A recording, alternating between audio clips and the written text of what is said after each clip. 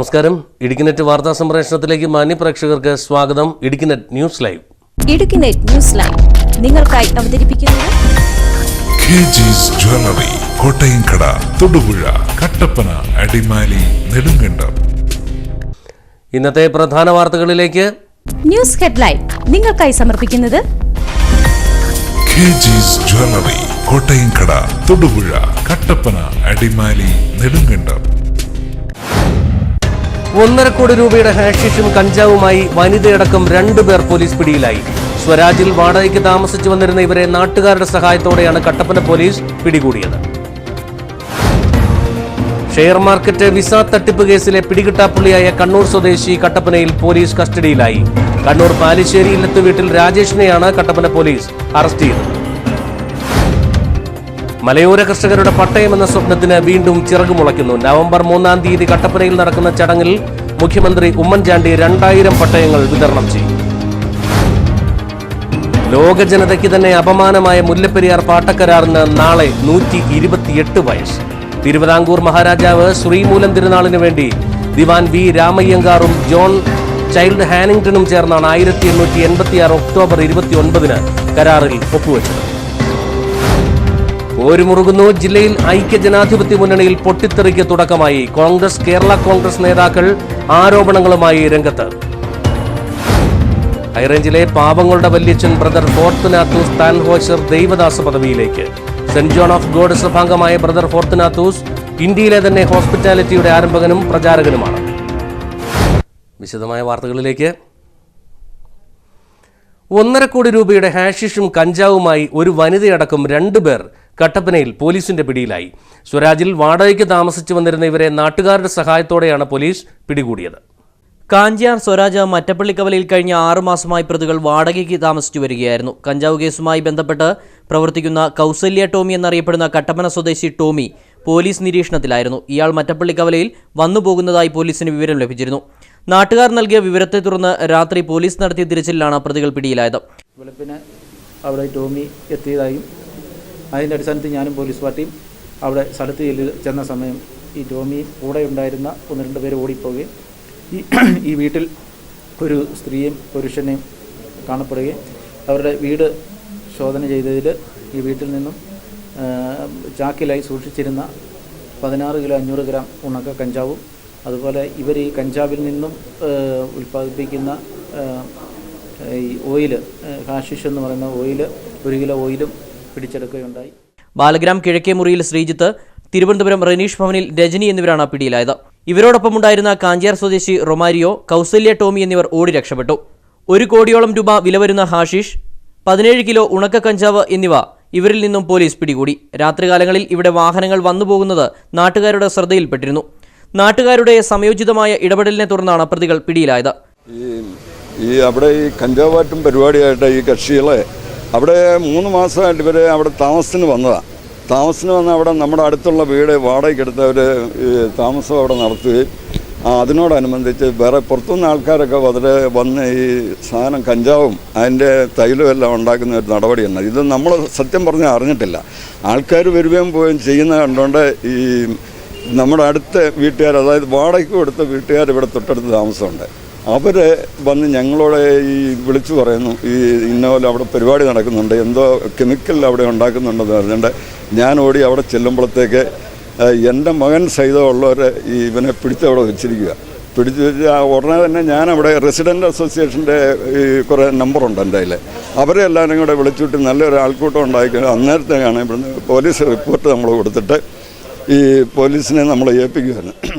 കഞ്ചാവ് വാറ്റിയ ശേഷം അതിൽ രാസവസ്തുക്കൾ ചേർത്ത് ഹാഷിഷ് ഓയിൽ നിർമ്മിച്ചു വരികയായിരുന്നു. കട്ടപ്പന SI TD സുനിൽകുമാറിന്റെ നേതൃത്വത്തിലുള്ള പോലീസ് സംഘമാണ് പ്രതികളെ പിടികൂടിയത്. ഷെയർ മാർക്കറ്റ് വിസ തട്ടിപ്പ് കേസുകളിൽ പിടികിട്ടാപ്പുള്ളിയായ കണ്ണൂർ സ്വദേശി പോലീസ് കസ്റ്റഡിയിലായി. കണ്ണൂർ പാലിശ്ശേരി ഇല്ലത്ത് വീട്ടിൽ രാജേഷിനെയാണ് കട്ടപ്പന പോലീസ് പിടികൂടിയത്.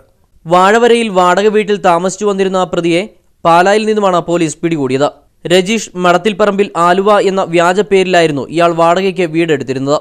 ഷെയർ മാർക്കറ്റിൽ പണം നിക്ഷേപിപ്പിക്കുകയും 50,000 രൂപ വാങ്ങി 1 ലക്ഷം തിരികെ നൽകുകയും പിന്നീട് 5 ലക്ഷവും 10 ലക്ഷവും വാങ്ങി ഇരട്ടിയാക്കാമെന്ന് വിശ്വസിപ്പിച്ച് കടന്നുകളയുകയുമായിരുന്നു ഇയാളുടെ രീതി. കൂടാതെ വിസ തട്ടിപ്പ് നടത്തിയും ഇയാൾ ലക്ഷങ്ങൾ തട്ടിയെടുത്തു. ഷെയർ മാർക്കറ്റിൽ ചേർക്കാമെന്ന് പറഞ്ഞ് ആദ്യം ഈ ഒരു 50,000 രൂപ ആദ്യം വാങ്ങും. 50,000 രൂപ മേടിച്ച് കഴിയുമ്പോഴത്തേനും ചിലപ്പോൾ 2 ആഴ്ച കഴിയുമ്പോൾ കൊണ്ട് 1,00,000 രൂപ കൊണ്ട് തിരിച്ചു കൊടുക്കും. അതിനുശേഷം പുള്ളി ഒരു കുറച്ച് ദിവസം കഴിയുമ്പോഴത്തേനും വന്നിട്ട് അവരോട് വന്നിട്ട് 10,00,000 രൂപ 5,00,000 രൂപ ഇങ്ങനെ മേടിച്ച് പിന്നെ ആ പൈസ കൊടുക്കാറില്ല. പിന്നെ വിദേശത്ത് കൊണ്ടുപോയി ജോലി മേടിച്ച് കൊടുക്കാമെന്നും പറഞ്ഞിട്ട് പലരിൽ നിന്നും 2 ലക്ഷം 3 ലക്ഷം 4 ലക്ഷം രൂപ അങ്ങനെ പലരിൽ നിന്നും മേടിച്ചിട്ടു. 1 കോടിയോളം രൂപ ഇത്തരത്തിൽ ഇയാൾ നിരവധി ആളുകളിൽ നിന്നും തട്ടിയെടുത്തിട്ടുണ്ട്. എറണാകുളത്തു നിന്നും 50 ലക്ഷം, ആലുവയിൽ നിന്നും 2.5 ലക്ഷം, നെടുങ്കണ്ടത്തു നിന്നും 4 ലക്ഷം, നീലേശ്വരത്തു നിന്നും 36 ലക്ഷം എന്നിങ്ങനെ ഇയാൾ തട്ടിപ്പ് നടത്തിയിരുന്നു. കട്ടപ്പനയിൽ നിന്നും 6 പേരിൽ നിന്നുമായി 6,25,000 രൂപയാണ് ഇയാൾ തട്ടിയെടുത്തത്. പോലീസിന് ലഭിച്ച രഹസ്യവിവരത്തെ തുടർന്നാണ് ഇയാൾ പാലായിൽ നിന്നും പോലീസ് പിടിയിലായത്. SI TD സുനിൽകുമാറിന്റെ നേതൃത്വത്തിലുള്ള പോലീസ് സംഘമാണ് പ്രതിയെ കുടുക്കിയത്. മലയോര കർഷകരുടെ പട്ടയം എന്ന സ്വപ്നത്തിന് വീണ്ടും ചിറകുമുളയ്ക്കുന്നു. നവംബർ 3-ാം തീയതി കട്ടപ്പനയിൽ നടക്കുന്ന ചടങ്ങിൽ മുഖ്യമന്ത്രി ഉമ്മൻചാണ്ടി 2000-ഓളം പട്ടയങ്ങൾ വിതരണം ചെയ്യും. പട്ടയമേളയുടെ വിജയത്തിനായി കട്ടപ്പനയിൽ സ്വാഗത സംഘം രൂപീകരിച്ചു. പ്രധാനമായും ഇടുക്കി, ഉടുമ്പൻചോല, പീരുമേട് താലൂക്കുകളിലെ കർഷകർക്കാണ് പട്ടയം നൽകുക. തൊടുപുഴ, ദേവികുളം താലൂക്കുകളിലെ ഏതാനും പട്ടയങ്ങളും ഇതോടൊപ്പം വിതരണം ചെയ്യും. നിലവിൽ 2000 പട്ടയങ്ങളാണ് ഇപ്പോൾ തയ്യാറായിട്ടുള്ളത്. മറ്റ് പട്ടയാപേക്ഷകളിലും നടപടികൾ പുരോഗമിക്കുകയാണ്. അതുകൊണ്ട് തന്നെ നവംബർ 1-ാം തീയതി വരെ തയ്യാറാകുന്ന പട്ടയങ്ങളും ചടങ്ങിൽ വിതരണം ചെയ്യാനാണ് റവന്യൂ വകുപ്പിന്റെ നീക്കം. പട്ടയമേളയുടെ നടത്തിപ്പിനായി കട്ടപ്പന ബ്ലോക്ക് പഞ്ചായത്ത് കോൺഫറൻസ് ഹാളിലായിരുന്നു സ്വാഗത സംഘ രൂപീകരണ യോഗം നടന്നത്. ജില്ലാ പഞ്ചായത്ത് പ്രസിഡന്റ് MD തോമസ് യോഗത്തിൽ അധ്യക്ഷനായിരുന്നു. ജില്ലാ collector Ajith Patil, ADM Mohanampillai, block panchayat president Thomas Rajan, vice president Sulochana Chandran, ജില്ലാ പഞ്ചായത്ത് അംഗങ്ങളായ മേരി ആന്റണി, ജാൻസി ഷാജി, ഗ്രാമപഞ്ചായത്ത് പ്രസിഡന്റുമാരായ ബേബി പതിപ്പള്ളി, ആന്റണി കുഴിക്കാട്ട്, റോസമ്മ ജെയിംസ്, വിവിധ രാഷ്ട്രീയ സംഘടനാ നേതാക്കൾ, ഉടുമ്പൻചോല തഹസീൽദാർ PP ജോയി തുടങ്ങിയവർ യോഗത്തിൽ പങ്കെടുത്തു. ജില്ലകൾ പോലെ CMന്റെ പല പ്രോഗ്രാംസും കിട്ടാറില്ല. ആൻഡ് ആ പ്രോഗ്രാം സക്സസ്ഫുൾ ആക്കണം. പ്ലസ് ഇവിടെ ബഹുമാനപ്പെട്ട മുഖ്യമന്ത്രി ഇവിടെ വരുന്നുണ്ടെങ്കിൽ ഇവിടെയുള്ള പല ജനങ്ങൾക്കും സാറിനെ കാണാൻ, അവരുടെ പ്രശ്നങ്ങൾ നേരിട്ട് ബോധിപ്പിക്കാനുള്ള ഒരു അവസരം കൂടി നമുക്ക് ഒരുക്കി കൊടുക്കുവാണ്. അതുകൂടി നമുക്ക് മനസ്സിലാക്കാം. റോഷി അഗസ്റ്റിൻ MLA ചെയർമാനും ജില്ലാ കളക്ടർ അജിത് പാട്ടീൽ കൺവീനറും ജില്ലാ പഞ്ചായത്ത് പ്രസിഡന്റ് MT തോമസ് രക്ഷാധികാരിയുമായാണ് സ്വാഗത സംഘം രൂപീകരിച്ചിരിക്കുന്നത്. ബ്ലോക്ക് പഞ്ചായത്ത് പ്രസിഡന്റ് തോമസ് രാജൻ, കട്ടപ്പന ഗ്രാമപഞ്ചായത്ത് പ്രസിഡന്റ് ജോണി കുളമ്പള്ളി എന്നിവരാണ് സ്വാഗത സംഘത്തിന്റെ വൈസ് ചെയർമാൻമാർ. News bureau, Kattappana. ലോക ജനതയ്ക്ക് തന്നെ അപമാനമായ മുല്ലപ്പെരിയാർ പാട്ടക്കരാറിന് നാളെ 128 വയസ്സ് തികയും. തിരുവിതാംകൂർ മഹാരാജാവ് ശ്രീമൂലം തിരുനാളിനു വേണ്ടി ദിവാൻ V രാമയ്യങ്കാറും ജോൺ ചൈൽഡ് ഹാനിങ്ടണും ചേർന്നാണ് 1886 ഒക്ടോബർ 29 കരാറിൽ ഒപ്പുവെച്ചത്. മുല്ലപ്പെരിയാറ്റിൽ ഡാം നിർമ്മിച്ച് തമിഴ്നാട് പ്രദേശങ്ങളിലേക്ക് ജലമെത്തിക്കുന്നതിനുള്ള സാധ്യതകൾ ആദ്യമായി ചൂണ്ടിക്കാണിച്ചത് 1808 ബ്രിട്ടീഷ് എഞ്ചിനീയർ JL കാഡ്വെൽ ആയിരുന്നു. 1862 JL കാഡ്വെല്ലും JG റൈവ്സും ചേർന്ന് മുല്ലപ്പെരിയാർ ഡാമിന്റെ സാധ്യതകളെക്കുറിച്ച് റിപ്പോർട്ട് മദ്രാസ് ഗവൺമെന്റിന് സമർപ്പിച്ചു. 1862 മദ്രാസ് റെസിഡന്റ് മുല്ലപ്പെരിയാർ ഡാം നിർമ്മിക്കുന്നതിന് അനുവാദം ചോദിച്ചുകൊണ്ട് തിരുവിതാംകൂർ ദിവാന് കത്തെഴുതി. ഭൂമിശാസ്ത്രപരമായ പ്രത്യേകതകളുടെയും റിപ്പോർട്ടുകളുടെയും അടിസ്ഥാനത്തിൽ തിരുവിതാംകൂർ രാജാവ് വിശാഖം തിരുനാൾ മഹാരാജാവ് ഈ അനുവാദം നിഷേധിച്ചു. 1885 വിശാഖം തിരുനാൾ അന്തരിച്ചു. ശ്രീമൂലം തിരുനാൾ മഹാരാജാവായി. മദ്രാസ് സർക്കാരിന്റെയും ബ്രിട്ടീഷുകാരുടെയും നിർബന്ധങ്ങൾക്ക് ശ്രീമൂലം തിരുനാളിന് വഴങ്ങേണ്ടി വന്നു. ബ്രിട്ടീഷ് ഇന്ത്യ ഗവൺമെന്റ് സെക്രട്ടറിയും തിരുവിതാംകൂർ മഹാരാജാവും ചേർന്ന് അങ്ങനെ 1886 ഒക്ടോബർ 29 മുല്ലപ്പെരിയാർ ജലസേചന കരാറിൽ ഒപ്പുവെച്ചു. പെരിയാർ ജലസേചന പദ്ധതി 1886 എന്ന് ഈ കരാർ അറിയപ്പെട്ടു. എന്റെ ഹൃദയരക്തം കൊണ്ട് ഞാനിതിൽ ഒപ്പുവെക്കുന്നുവെന്ന് ശ്രീമൂലം തിരുനാൾ മഹാരാജാവ് ഹൃദയവേദനയോടുകൂടി പറഞ്ഞു. തത്വത്തിൽ ഇത് പിന്നീട് യാഥാർത്ഥ്യമാവുകയും ചെയ്തു. ശ്രീമൂലം തിരുനാൾ രാമവർമ്മ തിരുവിതാംകൂർ മഹാരാജാവിനു വേണ്ടി ദിവാൻ V രാമയ്യങ്കാറും റെസിഡന്റ് ജോൺ ചൈൽഡ് ഹാനിങ്ടണും ചേർന്ന് ഒപ്പുവെച്ച കരാറിൽ തിരുവിതാംകൂർ പൊതുമരാമത്ത് സെക്രട്ടറി KK കുരുവിളയും അഭിഭാഷകൻ JH പ്രിൻസുമായിരുന്നു സാക്ഷികൾ.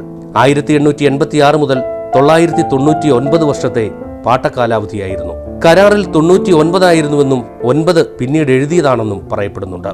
മുല്ലപ്പെരിയാറ്റിൽ ഡാം നിർമ്മിച്ച് വെള്ളം തമിഴ്നാട്ടിലേക്ക് തിരിച്ചുവിടാൻ തിരുവിതാംകൂർ മഹാരാജാവ് അനുമതി നൽകുന്നതായിരുന്നു കരാർ.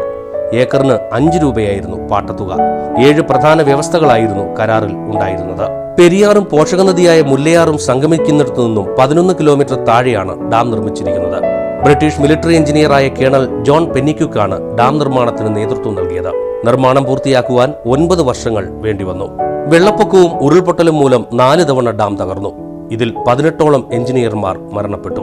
ഇംഗ്ലണ്ടിൽ പോയി കുടുംബസ്വത്ത് വിറ്റുകിട്ടിയ പണവുമായി തിരികെ വന്ന് കൂടുതൽ നിശ്ചയദാർഢ്യത്തോടെ അദ്ദേഹം നിർമ്മാണം തുടങ്ങി. 1895 ഒക്ടോബർ 11 മുല്ലപ്പെരിയാർ ഡാമിന്റെ നിർമ്മാണം പൂർത്തിയായി.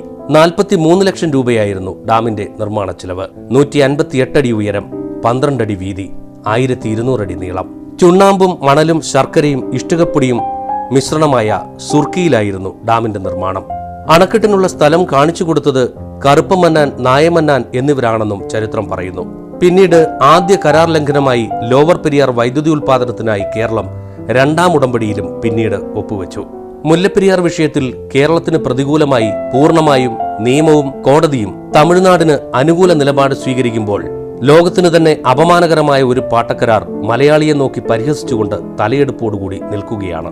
ആ തലക്കനത്തിനു മുൻപിൽ പഞ്ചപുച്ഛമടക്കി നീതിയും നിയമവും അധികാരവും മുട്ടുകുത്തുന്നു. Anil K Sivaram, Idukki net news. ജില്ലയിൽ UDF-ൽ ചേരിപ്പോര് മുറുകി, കച്ച മുറുക്കി.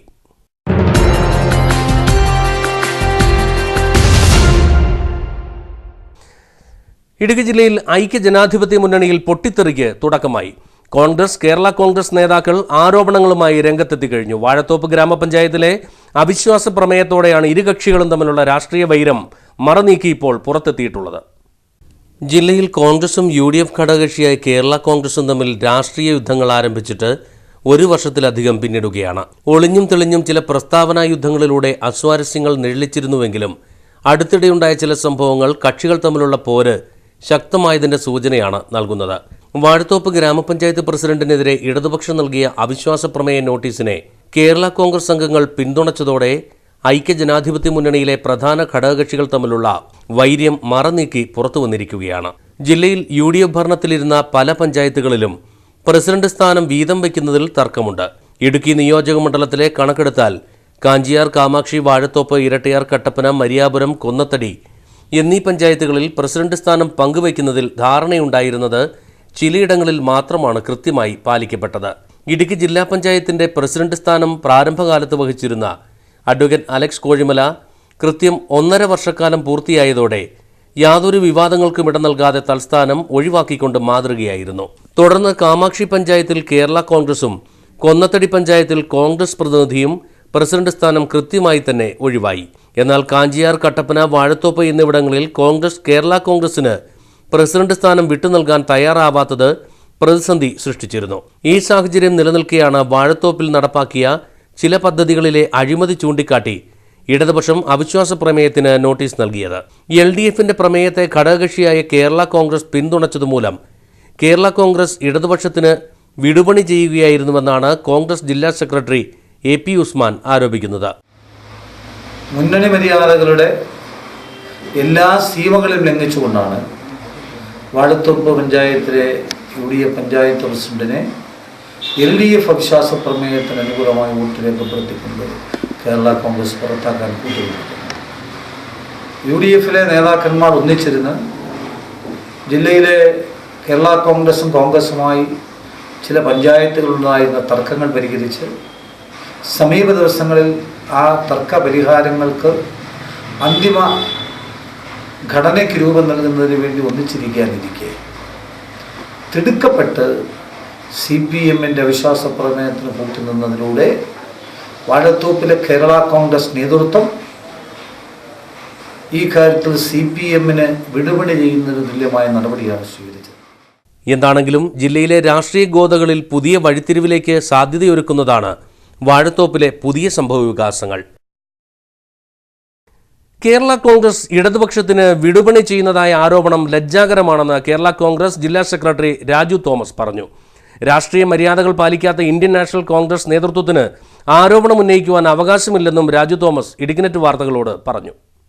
വാഴത്തോപ്പ് ഗ്രാമപഞ്ചായത്തിൽ LDF കൊണ്ടുവന്ന അവിശ്വാസത്തെ കേരള കോൺഗ്രസ് അംഗങ്ങൾ അനുകൂലിച്ചത് കോൺഗ്രസ് രാഷ്ട്രീയ മര്യാദകൾ പാലിക്കാത്തത് മൂലമാണെന്ന് കേരള കോൺഗ്രസ് ജില്ലാ സെക്രട്ടറി രാജു തോമസ് പറഞ്ഞു. പ്രസിഡന്റ് പദവി അർഹതപ്പെട്ടതാണ്, അത് ഞങ്ങൾ ആവശ്യപ്പെട്ടിരുന്നു. പക്ഷേ എവിടെയെങ്കിലും ഒന്നും അത് തരാൻ തയ്യാറായിട്ടില്ല. ഒന്ന്. രണ്ടാമതായിട്ട് ഞങ്ങളെ സംബന്ധിച്ചിടത്തോളം മറ്റൊരു പ്രധാനപ്പെട്ട കാര്യം എന്ന് പറയുന്നത് ഞങ്ങൾ തൊടുപുഴ നിയോജക മണ്ഡലത്തിൽ കരിങ്കുന്നം പുറപ്പുഴ കേരള കോൺഗ്രസ് പാർട്ടി ഒറ്റയ്ക്ക് മത്സരിച്ചു. ആ ഒറ്റയ്ക്ക് മത്സരിച്ചിട്ട് പോലും ഞങ്ങൾ മാന്യത കാണിച്ചുകൊണ്ട് ഞങ്ങൾ രാജിവെച്ച് പ്രസിഡൻഷിപ്പ് കോൺഗ്രസിന് കൊടുത്തു. ആ ഒരു സാമാന്യ മര്യാദയെങ്കിലും അവർ കണ്ടപ്പം അത് തിരിച്ച് ഇങ്ങോട്ടും പാലിക്കാൻ കോൺഗ്രസ് നേതൃത്വം തയ്യാറാകേണ്ടതായിരുന്നു. അതുകൊണ്ടാണ് ഈ അവിശ്വാസ പ്രമേയത്തിനെ കേരള കോൺഗ്രസിൻ്റെ അംഗങ്ങൾ പിന്തുണച്ചത്. ഞങ്ങൾ CPM-ഉമായിട്ടല്ല, ഞങ്ങൾ ഇനിയും മുന്നണിയായിട്ട് കോൺഗ്രസ് സഹായിക്കട്ടെ, കോൺഗ്രസിൻ്റെ പിന്തുണ വരട്ടെ, ഞങ്ങളുടെ ആൾ പ്രസിഡന്റ് ആയിക്കോട്ടെ വരട്ടെ, അതിന് അവർ മുൻകൈ എടുക്കണം. ജില്ലാ പഞ്ചായത്തിൽ 1.5 വർഷക്കാലത്തിന് ശേഷം പ്രസിഡന്റ് സ്ഥാനം ഒഴിവായത് ആരും നിർബന്ധിച്ചിട്ടല്ല. മറിച്ച് മുൻ ധാരണപ്രകാരം കേരള കോൺഗ്രസിന്റെ മര്യാദ പാലിച്ചതാണെന്നും കാമാക്ഷി ഉൾപ്പെടെയുള്ള ഗ്രാമപഞ്ചായത്തുകളിലും കേരള കോൺഗ്രസ് അത് പാലിച്ചപ്പോൾ കോൺഗ്രസ് മുന്നണി മര്യാദകളെക്കുറിച്ച് ചിന്തിച്ചില്ല എന്നും രാജു തോമസ് ആരോപിച്ചു. മാസങ്ങൾക്ക് മുൻപ് തന്നെ പിന്തുണ പിൻവലിച്ച് കേരള കോൺഗ്രസ് കത്ത് നൽകിയിരുന്നതാണെന്നും അതുകൊണ്ട് ഇതിനുശേഷം വന്ന അവിശ്വാസ പ്രമേയത്തെ അനുകൂലിച്ചത് വിടുപണിയാണെന്ന് ആരോപിക്കുന്നതിൽ കഴമ്പില്ലെന്നും രാജു തോമസ് പറഞ്ഞു. ചെറുതോണിയിൽ ഇടുക്കിനെറ്റ് ന്യൂസിനോട് പ്രതികരിക്കുകയായിരുന്നു രാജു തോമസ്. എന്നാൽ ഇടുക്കി MLA റോഷി അഗസ്റ്റിന് ഇക്കാര്യത്തിൽ യാതൊരു പങ്കുമില്ല എന്നും വികസന കാര്യത്തിൽ കക്ഷി രാഷ്ട്രീയം കണക്കാക്കാതെ പ്രവർത്തിക്കുന്ന റോഷി അഗസ്റ്റിനെ ഇതിലേക്ക് വലിച്ചിഴയ്ക്കുന്നത് കോൺഗ്രസ് നേതൃത്വത്തിന് തടിതപ്പാനാണെന്നും രാജു തോമസ് കൂട്ടിച്ചേർത്തു.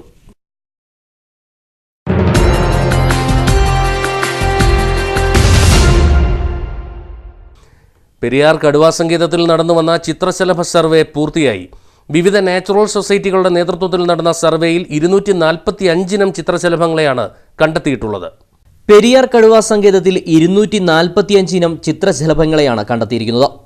പെരിയാർ ടൈഗർ കൺസർവേഷൻ ഫൗണ്ടേഷന്റെയും പെരിയാർ കടുവാ സങ്കേതത്തിന്റെയും നേതൃത്വത്തിൽ നടത്തിയ കണക്കെടുപ്പിലാണ് 245 ഇനം ചിത്രശലഭങ്ങളെ കണ്ടെത്തിയത്. 1992 നടത്തിയ കണക്കെടുപ്പിൽ 167 ഇനം ചിത്രശലഭങ്ങളെയാണ് കണ്ടെത്തിയത്. ഇത്തവണ വിവിധ രൂപങ്ങളിലും ആകൃതിയിലുമുള്ള ചിത്രശലഭങ്ങളെ പുതിയതായി കണ്ടെത്തി. അതേസമയം വേനൽക്കാല സമയങ്ങളിൽ കാണപ്പെടാറുള്ളവ വിരളമായിരുന്നു. വേനൽക്കാലത്തുകൂടി സർവേ നടത്തിയെങ്കിൽ മാത്രമേ ഇവയെയും കണ്ടെത്താനാവൂ.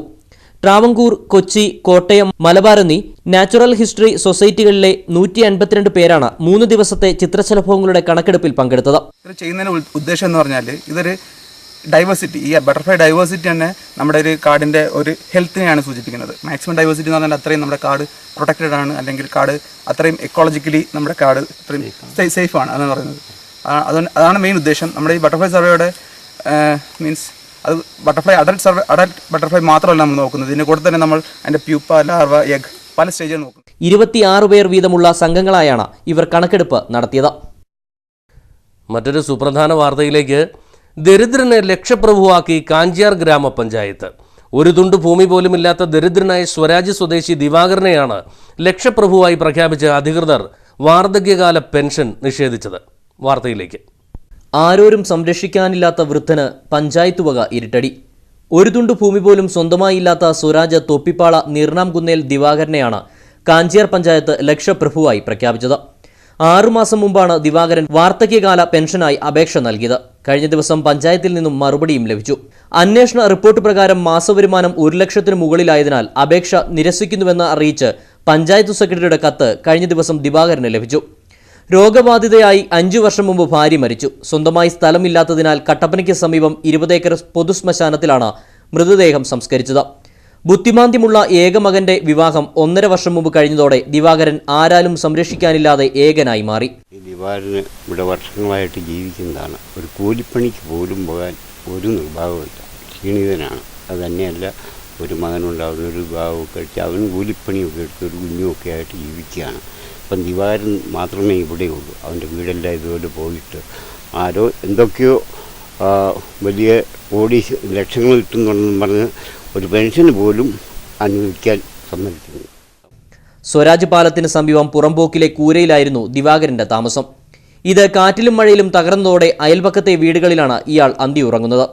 നാട്ടുകാരുടെ പ്രിയപ്പെട്ട അമ്മാവനായതിനാൽ പലരും നൽകുന്ന ഭക്ഷണമാണ് ദിവാകരന്റെ ജീവൻ നിലനിർത്തിപ്പോന്നത്. ചെറുജോലികൾ ചെയ്തു വന്നിരുന്ന ദിവാകരന് സമീപത്തെ അമ്പലത്തിന്റെ പടിക്കെട്ടിൽ നിന്ന് വീണ് നട്ടെല്ലിന് ക്ഷതമേറ്റതോടെ ജോലി ചെയ്യാൻ കഴിയാത്ത സ്ഥിതിയായി. ഇതിനിടയിലാണ് നാട്ടുകാരുടെ സഹായത്തോടെ ദിവാകരൻ വാർദ്ധക്യകാല പെൻഷന് അപേക്ഷ നൽകിയത്. എന്നാൽ ലക്ഷപ്രഭുവായി പ്രഖ്യാപിച്ച് അധികൃതർ ദിവാകരന്റെ പെൻഷൻ മോഹവും അവസാനിപ്പിച്ചു. ഒരു വീടിനായി നിരവധി തവണ പഞ്ചായത്തിൽ അപേക്ഷ നൽകിയിരുന്നു. 3 സെന്റ് സ്ഥലവും വീടും അനുവദിച്ചു നൽകാമെന്ന് അധികൃതർ അറിയിച്ചുവെങ്കിലും അതും വാഗ്ദാനങ്ങളിൽ മാത്രം ഒതുങ്ങി. ദിവാകരനമ്മാന് വളരെ കാലമായി ഇവിടെ താമസിക്കുന്നതാണ്. പുറമ്പോക്കിലാണ്, ഒരു സെൻറ്റ് ഭൂമി പോലും ഇല്ല. വീടിൻ്റെ അവസ്ഥ ഇതാണ്. കിടന്നുറങ്ങാനും പറ്റുകയില്ല, അതുകൊണ്ട് പകൽ പോലും ഇവിടെ ഇരിക്കാൻ പറ്റുകയില്ലാത്ത ഒരു സ്ഥിതിവിശേഷമാണ് ഉണ്ടാകുന്നത്. പഞ്ചായത്തിൽ പെൻഷൻ, വാർദ്ധക്യകാല പെൻഷന് അപേക്ഷിച്ചിട്ട് 1 ലക്ഷത്തിലധികം വരുമാനമുള്ളതിനാൽ പെൻഷൻ തരാൻ പറ്റില്ല എന്നും പറഞ്ഞുകൊണ്ട് അപേക്ഷ തിരിച്ചു വന്നേക്കുവാണ്. പിന്നെ ഒരു മകനുണ്ടായിരുന്നത് ബുദ്ധിമാന്ദ്യമുള്ള കുട്ടിയാണ്.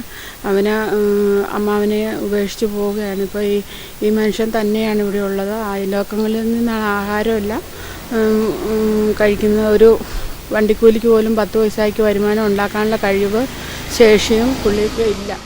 ദാരിദ്ര്യ നിർമ്മാർജ്ജനവും പാർപ്പിട പദ്ധതികളും നടപ്പിലാക്കുന്ന നാട്ടിലാണ് ഒരു തുണ്ട് ഭൂമിയോ വീടോ ഇല്ലാതെ, സംരക്ഷിക്കാൻ ആരോരുമില്ലാതെ ഒരു വൃദ്ധൻ വാർദ്ധക്യകാല പെൻഷനായി കാത്തിരിക്കുന്നത്.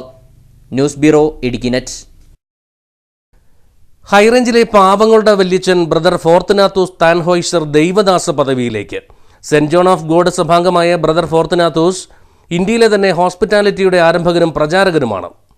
ഹോസ്പിറ്റലർ brothers of Saint John's of God സഭാംഗവും സെന്റ് ജോൺസ് ഹോസ്പിറ്റൽ ഉൾപ്പെടെ സഭയുടെ ഇന്ത്യയിലെ വിവിധ പ്രസ്ഥാനങ്ങളുടെ സ്ഥാപകനും sisters of charity of Saint John's of God സന്യാസിനി സമൂഹ സ്ഥാപകനും ഹൈറേഞ്ചിലെ പാവങ്ങളുടെ വല്യച്ഛനുമായ ബ്രദർ ഫോർത്തുനാത്യൂസിനെ 2014 നവംബർ മാസം 22-ാം തീയതിയാണ് തിരുസഭ ദൈവദാസ പദവിയിലേക്ക് ഉയർത്തുന്നത്. നവംബർ 22-ാം തീയതി രാവിലെ 10 മണിക്ക് കട്ടപ്പന സെന്റ് ജോർജ് ഫെറോന പള്ളിയിൽ കാഞ്ഞിരപ്പള്ളി രൂപതാമെത്രാൻ മാർ മാത്യു അറക്കലിന്റെ മുഖ്യ കാർമ്മികത്വത്തിൽ ദിവ്യബലിയും തുടർന്ന് പ്രദക്ഷിണവും കബറിടത്തിൽ പ്രത്യേക പ്രാർത്ഥനയും നടക്കും. സെന്റ് ജോൺ ഓഫ് ഗോഡ് ഓഡിറ്റോറിയത്തിൽ പൊതുസമ്മേളനവും തുടർന്ന് സ്നേഹവിരുന്നും നടക്കുമെന്നും ഭാരവാഹികൾ പറഞ്ഞു. ഹൈറേഞ്ച് നിവാസികൾ മുഴുവൻ വല്യച്ഛൻ എന്ന് വിളിച്ചാദരിക്കുന്ന ഫോർത്തുനാത്യൂസ് കേരളത്തിലെന്നല്ല ഇന്ത്യയിൽ തന്നെ ഹോസ്പിറ്റാലിറ്റിയുടെ ആരംഭകനും പ്രവാചകനുമാണ്. 1935 മെയ് 27-ന് ബ്രസ്ലൌ എന്ന സ്ഥലത്ത് ഹോസ്പിറ്റലർ സഭയിൽ അദ്ദേഹം അംഗമായി ചേർന്നു. 1935 സെപ്റ്റംബർ 20-ന് സന്യാസ പരിശീലനം ആരംഭിക്കുകയും 1936 നവംബർ 21-ന് താൽക്കാലിക വ്രതവാഗ്ദാനം നടത്തുകയും ചെയ്തു. 1954-ൽ സന്യാസ പരിശീലനത്തിന് നേതൃത്വം നൽകുവാൻ ബ്രദർ ഫോർത്തുനാത്യൂസ് നിയമിക്കപ്പെട്ടു. പിന്നീട് അദ്ദേഹം വൈസ് പ്രൊവിൻഷ്യലുമായി. 1961-63 കാലഘട്ടത്തിൽ ഫാൽക്കൻസ്റ്റൈൻ എന്ന സ്ഥലത്ത് വൃത്തമന്ദിരം തുടങ്ങുകയും ഫ്രാങ്ക്ഫർട്ടിലെ ആശുപത്രി നവീകരിക്കുകയും ചെയ്തു. കട്ടപ്പനയിൽ ആശുപത്രി ആരംഭിക്കുവാനുള്ള ഫോർത്തുനാത്യൂസിന്റെ തീരുമാനം വളരെ സന്തോഷത്തോടുകൂടിയാണ് കട്ടപ്പന നിവാസികൾ സ്വാഗതം ചെയ്തത്. ആർച്ച് ബിഷപ്പിന്റെ അതിഥിയായി വന്ന വല്യച്ഛൻ കട്ടപ്പനയിലെത്തി സ്ഥലം കണ്ട് അന്നുതന്നെ തിരിച്ചു പോവുകയും ചെയ്തു. 1968 ജൂൺ 27-ന് മാർ മാത്യു കാവുക്കാട്ട് ആശുപത്രിക്ക് തറക്കല്ലിട്ടു. അന്നുതന്നെയായിരുന്നു ഇപ്പോഴുള്ള കട്ടപ്പന പള്ളിയുടെ തറക്കല്ലിടലും. ഹൈറേഞ്ചിലെ പാവങ്ങളുടെ വല്യച്ഛൻ ദൈവദാസ പദവിയിലേക്ക് ഉയർത്തുന്ന നിമിഷത്തിനായി കാത്തിരിക്കുകയാണ് കട്ടപ്പന നിവാസികൾ. News bureau, Idukki net. ഇനിയൊരു ഇടവേളയ്ക്ക് ശേഷം ചായക്കടയിൽ നിന്നും രക്തദാന വിപ്ലവത്തിന് തുടക്കം കുറിച്ചിരിക്കുന്നു കട്ടപ്പന സ്വദേശിയായ പുത്തൻപുരയ്ക്കൽ PB സുനിൽ.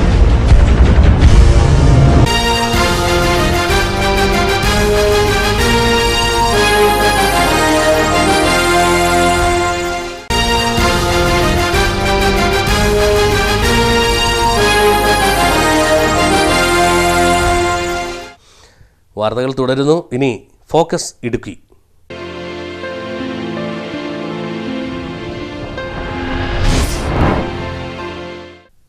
ഫോക്കസ് ഇടുക്കിയിൽ വ്യത്യസ്തമായ ഒരു വാർത്തയാണ് ഇന്ന്. ചായക്കടയിൽ നിന്നും രക്തദാന വിപ്ലവത്തിന് തുടക്കം കുറിച്ചിരിക്കുകയാണ് കട്ടപ്പന സ്വദേശിയായ പുത്തൻപുരയ്ക്കൽ PB സുനിൽ. തന്റെ ചായക്കട കേന്ദ്രമാക്കി രക്തദാന സേന രൂപീകരിച്ച സുനിൽ നിരവധി പേർക്കാണ് ഇപ്പോൾ സഹായം നൽകുന്നത്. കട്ടപ്പന പഴയ ബസ് സ്റ്റാൻഡിലെ ശാന്താഭവൻ ലോഡ്ജിന് സമീപത്തെ ചായക്കടയിൽ നിന്ന് ചായ കുടിച്ച് തിരികെ പോകാൻ ഒരുങ്ങുമ്പോൾ കടയുടമയുടെ ചോദ്യം, രക്തം കൊടുക്കാൻ തയ്യാറുണ്ടോ? ഇവിടെ ചായ കുടിക്കാൻ കയറിയിട്ടുള്ളവരെല്ലാം ഈ ചോദ്യം കേൾക്കാതെ മടങ്ങിയിട്ടില്ല. രക്തം ദാനം ചെയ്യാൻ തയ്യാറാണെങ്കിൽ കടയുടെ മൂലയിൽ ഭദ്രമായി സൂക്ഷിച്ചിരിക്കുന്ന ഡയറിയിൽ പേരും വിലാസവും രക്തഗ്രൂപ്പും ഫോൺ നമ്പരും രേഖപ്പെടുത്തണം. സ്ഥാപന ഉടമ പുത്തൻപുരയ്ക്കൽ PB സുനിൽകുമാർ തുടങ്ങിയ രക്തദാന സേനയിൽ ഇന്ന് ആയിരക്കണക്കിന് ആളുകളാണ് അംഗങ്ങളായി ഉള്ളത്. ടൗണിലെ സ്വകാര്യ ആശുപത്രിയിൽ മരണത്തോട് മല്ലടിക്കുന്ന ഒരു രോഗിയുടെ ബന്ധു AB നെഗറ്റീവ് രക്തത്തിനായി അലയുന്നത് കണ്ടപ്പോഴാണ് സുനിൽകുമാറിന്റെ രക്തം തിളച്ചത്. ഇവിടെ സെന്റ് ജോൺസ് ഹോസ്പിറ്റലിലെ പരിസരത്തുള്ള ഹോസ്പിറ്റലുകളിൽ നിന്നെല്ലാം ആൾക്കാർ എപ്പോഴും ബ്ലഡ് അന്വേഷിച്ച് വരും. അപ്പോൾ ഇവിടെ ഈ ഹോസ്പിറ്റലിൽ നിന്ന് അന്വേഷിക്കും പറയും ഇവിടെ ബസ് സ്റ്റാൻഡിൻ്റെ സമീപത്ത് അന്വേഷിച്ചാൽ മതി, ഒരാളുണ്ട് വരുന്നത്. അപ്പം വരുന്ന ആൾക്കാർ മുഴുവൻ ഇവിടെ ഇറങ്ങി വരും, എൻ്റെ അടുത്ത് വന്നിട്ട് ചോദിക്കും. അങ്ങനെ അതിൽ നിന്നൊരു പ്രചോദനമുണ്ട്. പിന്നെ എൻ്റെ അമ്മയ്ക്ക് ഒരു ഓപ്പറേഷൻ്റെ ഒരാവശ്യത്തിന് ഒരു ബ്ലഡിൻ്റെ ആവശ്യം വന്നിരുന്നു. അന്ന് മുതൽ നമ്മുടെ മനസ്സിലുള്ള ഒരു കേസാണിത്. ഇങ്ങനെ ചെയ്യണം. അന്ന് ബി നെഗറ്റീവാണ് ആവശ്യം വന്നത്. അപ്പോൾ ബി നെഗറ്റീവ് ഇങ്ങനെ അന്വേഷിച്ചത് ഒരുപാട് അലഞ്ഞ് കഴിഞ്ഞപ്പോഴാണ് കിട്ടിയത്. അപ്പോൾ ഇങ്ങനെ നമ്മൾ ഈ രോഗികളുടെ ഒരു വിഷമവും എല്ലാം കണ്ടു കഴിഞ്ഞപ്പോൾ നമുക്ക് ചെയ്യണം. സുനിലിന്റെ മനസ്സിലെ ആവേശം ഇന്ന് ആയിരക്കണക്കിന് ആളുകൾ അംഗങ്ങളായുള്ള രക്തദാന സേനയായി മാറിക്കഴിഞ്ഞു. 17 രക്തഗ്രൂപ്പുകളിൽ A1 നെഗറ്റീവും A2 നെഗറ്റീവും ഒഴികെ ഏത് ഗ്രൂപ്പ് ആവശ്യമായി വന്നാലും അത് നൽകാൻ സുനിലിന്റെ കൂട്ടായ്മയിൽ അംഗങ്ങൾ തയ്യാർ. ഓട്ടോ ഡ്രൈവർമാർ, ചുമട്ടുതൊഴിലാളികൾ, രാഷ്ട്രീയ പ്രവർത്തകർ, വിദ്യാർത്ഥികൾ, സർക്കാർ ജീവനക്കാർ തുടങ്ങി വിവിധ മേഖലകളിലുള്ള സേവന സന്നദ്ധരായ ആളുകൾ കൂട്ടായ്മയ്ക്ക് കരുത്തു പകരുന്നു. രക്തദാനം മഹാദാനം എന്ന തലക്കെട്ടിൽ രക്തദാനത്തെക്കുറിച്ചുള്ള വിശദാംശങ്ങൾ സുനിൽകുമാറിന്റെ ചായക്കടയിലെ ഡയറിയിലുണ്ട്. ഭാര്യ ഷൈജിയും മകൻ അഭിരാമും സുഹൃത്തുക്കളും പൂർണ്ണ പിന്തുണയുമായി സുനിൽകുമാറിനൊപ്പമുണ്ട്. 9497457310 എന്ന ഫോൺ നമ്പറിലേക്ക് രക്തം ആവശ്യപ്പെട്ട് ആര് വിളിച്ചാലും ഉടൻ തന്നെ സഹായഹസ്തവുമായി സുനിൽ ഉണ്ടാവും. രക്തദാനത്തിലൂടെ നന്മയുടെ വഴിയിലൂടെ സുനിൽകുമാറും സുഹൃത്തുക്കളും യാത്ര തുടരുകയാണ്. News bureau, Idukki net.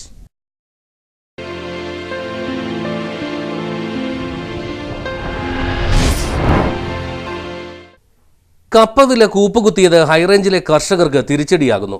തമിഴ്നാട്ടിൽ നിന്നും ഇറക്കുമതി കൂടിയതാണ് കപ്പയുടെ വില കുറയുവാൻ കാരണമായിട്ടുള്ളത്. ഹൈറേഞ്ചുകാരുടെ ഇഷ്ടഭക്ഷണമാണ് കപ്പ.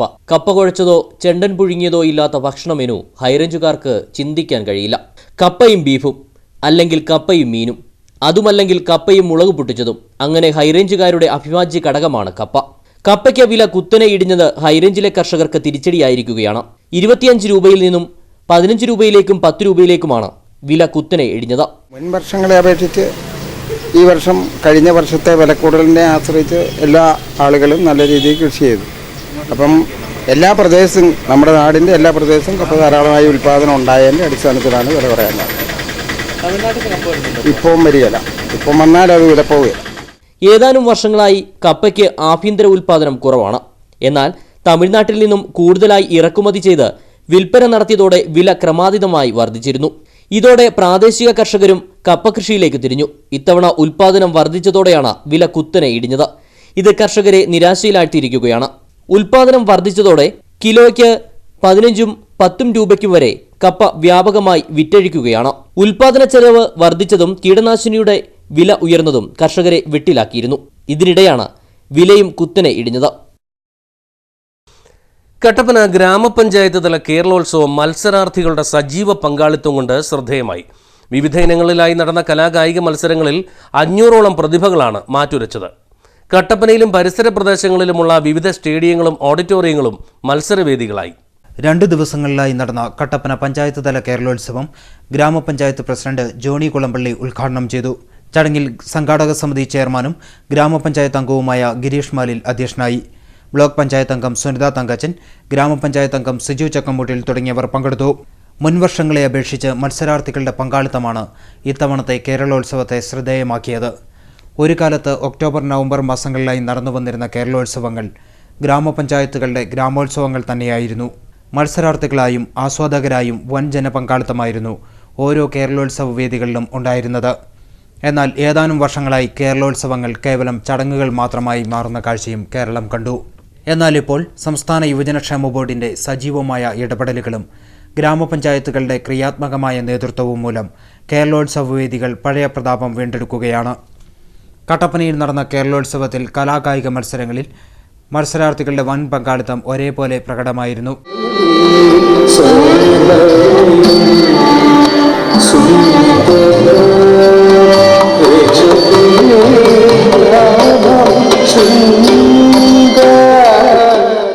T20 ക്രിക്കറ്റ്, വോളിബോൾ, കബഡി തുടങ്ങിയ ഗെയിംസ് ഇനങ്ങളും ഓട്ടമത്സരങ്ങൾ, long jump, high jump, javelin, shot put തുടങ്ങിയ അത്ലറ്റിക് ഇനങ്ങളും കായിക താരങ്ങൾക്ക് പ്രതിഭ തെളിയിക്കാനുള്ള വേദികളായി.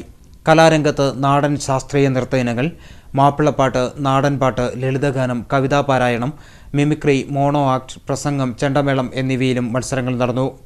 എന്നാൽ കലാമത്സരങ്ങൾ ഉയർന്ന നിലവാരത്തിലേക്ക് എത്തുന്നില്ല എന്ന പതിവ് പോരായ്മ ഇത്തവണയും പ്രകടമായിരുന്നു. മിമിക്രി, മോണോ ആക്ട് മത്സരങ്ങളിലാണ് നിലവാര തകർച്ച ഏറ്റവും കൂടുതൽ പ്രകടമായത്. യുവാക്കളുടെ സർഗ്ഗശേഷി പ്രകടിപ്പിക്കാൻ അവസരമൊരുക്കുക എന്ന ലക്ഷ്യത്തോടെ സംഘടിപ്പിക്കുന്ന കേരളോത്സവങ്ങളെ സംഘാടകരും മത്സരാർത്ഥികളും കുറെ കൂടി ഗൗരവമായി കണ്ടാൽ കലാകായിക രംഗത്ത് ഒട്ടേറെ പ്രതിഭകൾ ഉദയം ചെയ്യുന്നതിന് മത്സരവേദികൾ സാക്ഷ്യം വഹിക്കുമെന്ന കാര്യം ഉറപ്പാണ്. News bureau, Kattappana. റേഷൻ വ്യാപാരികൾ നവംബർ 1 തീയതി മുതൽ ആരംഭിക്കുന്ന അനിശ്ചിതകാല സമരത്തിനു മുന്നോടിയായി നെടുങ്കണ്ടത്ത് പ്രകടനവും ധർണയും നടത്തി. സംസ്ഥാനത്തെ 14,000-ൽ പരം റേഷൻ വ്യാപാരികളാണ് നവംബർ 1 മുതൽ സമരം ആരംഭിക്കുന്നത്. റേഷൻ വ്യാപാരികൾക്കും സെയിൽസ്മാൻമാർക്കും വേതനം നൽകുക, റേഷൻ സാധനങ്ങൾ സർക്കാർ ചെലവിൽ കടകളിലെത്തിക്കുക, അനുവദിക്കുന്ന മുഴുവൻ റേഷൻ സാധനങ്ങളും നൽകുക തുടങ്ങിയ ആവശ്യങ്ങൾ ഉന്നയിച്ചാണ് വ്യാപാരികൾ സമരം നടത്തുന്നത്. നമുക്ക് കമ്മീഷൻ കൊണ്ട് മാത്രം ജീവിക്കാൻ സാധിക്കുകയില്ല. സർക്കാർ പറഞ്ഞിരിക്കുന്ന അനുസരിച്ച് നമുക്ക് റേഷൻ സാധനങ്ങൾ കടകളിൽ എത്തിച്ചു തരുമെന്നാണ് പറയുന്നത്. ഇപ്പോൾ പറയുന്നത് നമ്മൾ 1, 2, 3, 4 മാസത്തെ റേഷൻ സാധനങ്ങൾ സ്റ്റോക്ക് ചെയ്യണമെന്ന് പറയുന്നു. ഇത് നമ്മളെ സംബന്ധിച്ചിടത്തോളം നടക്കുന്ന ഒരു കാര്യമല്ല. അതുകൊണ്ട് സംസ്ഥാന കമ്മിറ്റിയുടെ തീരുമാനങ്ങൾ അനുസരിച്ച് നമ്മൾ ഒരു സമര രംഗത്തേക്ക് നീങ്ങിയിരിക്കാം. Kerala state ration dealers association ജില്ലാ കമ്മിറ്റിയുടെ നേതൃത്വത്തിലാണ് സമരത്തിന് മുന്നോടിയായി പ്രകടനവും താലൂക്ക് സപ്ലൈ ഓഫീസ് ധർണയും നടത്തിയത്. പ്രതിഷേധ പരിപാടികൾക്ക് ജില്ലാ പ്രസിഡന്റ് കെ രാജശേഖര പണിക്കർ, നേതാക്കളായ Thomas Jose, PEM Basheer, Sony Kaitharam, KC Soman, KN Gopinathan തുടങ്ങിയവർ നേതൃത്വം നൽകി. രാജമുടി സ്വാശ്രയ കാർഷിക വിപണിയുടെ പുതിയ മന്ദിര ശിലാസ്ഥാപനം നടന്നു. ഇടുക്കി MLA റോഷി അഗസ്റ്റിൻ ശിലാസ്ഥാപന കർമ്മം നിർവഹിച്ചു. വെജിറ്റബിൾ ആൻഡ് ഫ്രൂട്ട്സ് പ്രൊമോഷൻ കൗൺസിലിന്റെ നേതൃത്വത്തിൽ രാജമുടിയിൽ പ്രവർത്തിച്ചു വരുന്ന സ്വാശ്രയ കർഷക വിപണിയുടെ പുതിയ മന്ദിരത്തിനുള്ള ശിലാസ്ഥാപനമാണ് നടന്നത്.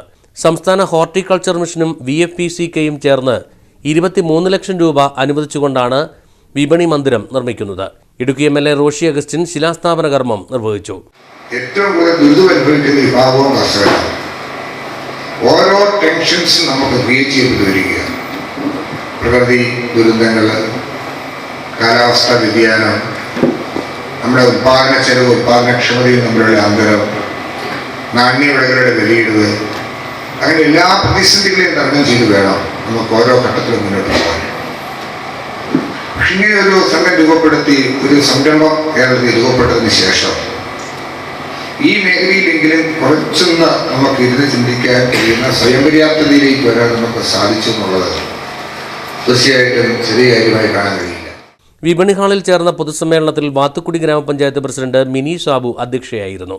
Idukki block panchayat vice president Salomi Ulahannan, ജില്ലാ പഞ്ചായത്ത് അംഗം ഷൈനി സജി, പഞ്ചായത്ത് അംഗം PK രാജു, VFPCK ജില്ലാ manager Sajimon Joseph, project manager Naushad, വിപണി ഭാരവാഹികളായ അഗസ്റ്റിൻ മാത്യു, ബിജോ ജോസ്, മുൻ ജില്ലാ പഞ്ചായത്ത് അംഗം നോബിൾ ജോസഫ് തുടങ്ങിയവർ സംസാരിച്ചു.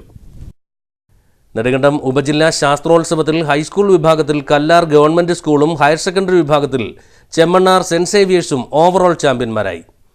ശാസ്ത്രമേളയിൽ ഹൈസ്കൂൾ വിഭാഗത്തിൽ 54 പോയിന്റും സാമൂഹ്യശാസ്ത്രമേളയിൽ 47 പോയിന്റും ഗണിതശാസ്ത്രമേളയിൽ 75 പോയിന്റും നേടിയാണ് ആതിഥേയർ ചാമ്പ്യന്മാരായത്. ഹയർ സെക്കൻഡറി വിഭാഗത്തിൽ ശാസ്ത്രമേളയിൽ 40 പോയിന്റും സാമൂഹ്യശാസ്ത്രമേളയിൽ 50 പോയിന്റും ഗണിതശാസ്ത്രമേളയിൽ 93 പോയിന്റും നേടിയാണ് ചെമ്മണ്ണാർ സെന്റ് സേവിയേഴ്സ് ഓവറോൾ കരസ്ഥമാക്കിയത്. 2000 മുതൽ 2010 വരെയുള്ള സമയത്ത് 19 പേരെ കുഴൽക്കിണർ വീണു. അതിനകത്ത് 2 പേരെ മാത്രമേ രക്ഷിക്കാൻ ഇതുവരെ സാധിച്ചുള്ളൂ. പ്രോപ്പറായിട്ടുള്ളൊരു വഴിയും കുഴൽക്കിണറിൽ വീഴുന്ന കുട്ടികളെ രക്ഷിക്കാൻ ഇങ്ങനെ ഇന്ത്യയിൽ കണ്ടുപിടിച്ചില്ല. ഇപ്പോഴും അഡോപ്റ്റ് ചെയ്യുന്ന വേണമെന്ന് പറയുന്നത് സൈഡിൽ വേറെ സമാധാന കുഴൽ നിർമ്മിച്ച് അതിൽ നിന്ന് കുട്ടിയെടുക്കുക. സയൻസ് മേളയിൽ LP വിഭാഗത്തിൽ സെന്റ് സേവിയേഴ്സ് 21 പോയിന്റോടെ 1ാം സ്ഥാനവും രാജകുമാരി ഹോളി ക്യൂൻസ് 17 പോയിന്റോടെ 2ാം സ്ഥാനവും കരസ്ഥമാക്കി. UP വിഭാഗത്തിൽ 29 പോയിന്റ് നേടിയ നെടുങ്കണ്ടം സെന്റ് സെബാസ്റ്റ്യൻസും 26 പോയിന്റോടെ മഞ്ഞപ്പാറ ക്രിസ്തുരാജയും ആദ്യ സ്ഥാനങ്ങളിലെത്തി. ഹൈസ്കൂൾ വിഭാഗത്തിൽ നെടുങ്കണ്ടം സെന്റ് സെബാസ്റ്റ്യനും ഹയർ സെക്കൻഡറി വിഭാഗത്തിൽ കല്ലാർ ഗവൺമെന്റ് ഹൈസ്കൂളും 2ാം സ്ഥാനം കരസ്ഥമാക്കിയിട്ടുണ്ട്. സോഷ്യൽ സയൻസ് LP വിഭാഗത്തിൽ ഹോളി ക്യൂൻസ് രാജകുമാരി 1ാം സ്ഥാനവും ചോറ്റുപാറ RPM 2ാം സ്ഥാനവും, UP വിഭാഗത്തിൽ നെടുങ്കണ്ടം സെന്റ് സെബാസ്റ്റ്യൻസ് 1ാം സമ്മാനവും ചെമ്മണ്ണാർ സെന്റ് സേവിയേഴ്സ് 2ാം സമ്മാനവും കരസ്ഥമാക്കിയിട്ടുണ്ട്. ഹൈസ്കൂൾ വിഭാഗത്തിൽ 2ാം സ്ഥാനം സെന്റ് സെബാസ്റ്റ്യൻസ് നെടുങ്കണ്ടവും ഹയർ സെക്കൻഡറി വിഭാഗത്തിൽ കല്ലാർ ഗവൺമെന്റ് സ്കൂളും നേടി. ഈ മീഥൈൽ മെർക്കുറി സെൽ മെംബ്രെയിനെ അറ്റാക്ക് ചെയ്യുന്നത് മൂലം സെൽ മെംബ്രെയിനിലൂടെയുള്ള ഷുഗറിന്റെ ആക്റ്റീവ് ട്രാൻസ്ഫർ തടസ്സപ്പെടുത്തുകയും ശരീരത്തിന് ആവശ്യമായ ഷുഗർ ലഭ്യമല്ലാതാവുകയും ചെയ്യുന്നു. ഈ മീഥൈൽ മെർക്കുറി ബ്രെയിൻ സെൽസിൽ പറ്റിപ്പിടിക്കുന്നത് മൂലം സെല്ലിൽ എനർജി ഡെഫിഷ്യൻസിക്ക് കാരണമാവുകയും നെർവ് ഇമ്പൾസസിന് ട്രാൻസ്മിഷൻ ഡിസോർഡർ ആവുകയും ചെയ്യും. ഗണിതശാസ്ത്രമേളയിൽ LP വിഭാഗത്തിൽ കല്ലാർ സ്കൂളും UP വിഭാഗത്തിൽ ചെമ്മണ്ണാർ സെന്റ് സേവിയേഴ്സും 1ാം സ്ഥാനവും ചോറ്റുപാറ RPMും മഞ്ഞപ്പാറ ക്രിസ്തുരാജയും 2ാം സ്ഥാനവും നേടി. ഹൈസ്കൂൾ വിഭാഗത്തിലും ഹയർ സെക്കൻഡറി വിഭാഗത്തിലും Nedumkandam government vocational higher secondary സ്കൂളിലാണ് രണ്ടാം സ്ഥാനം. സമാപന സമ്മേളനം ജില്ലാ പഞ്ചായത്ത് അംഗം KT മൈക്കിൾ ഉദ്ഘാടനം ചെയ്തു.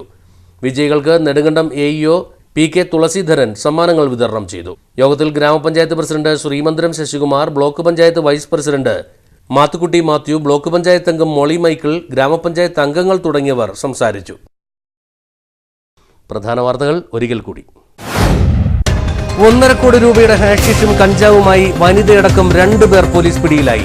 സ്വരാജിൽ വാടകയ്ക്ക് താമസിച്ചു വന്നിരുന്ന ഇവരെ നാട്ടുകാരുടെ സഹായത്തോടെയാണ് കട്ടപ്പന പോലീസ് പിടികൂടിയത്. ഷെയർ മാർക്കറ്റ് വിസ തട്ടിപ്പ് കേസിലെ പിടികിട്ടാപ്പുള്ളിയായ കണ്ണൂർ സ്വദേശി കട്ടപ്പനയിൽ പോലീസ് കസ്റ്റഡിയിലായി. കണ്ണൂർ പാലിശ്ശേരി ഇല്ലത്ത് വീട്ടിൽ രാജേഷിനെയാണ് കട്ടപ്പന പോലീസ് അറസ്റ്റ് ചെയ്തത്.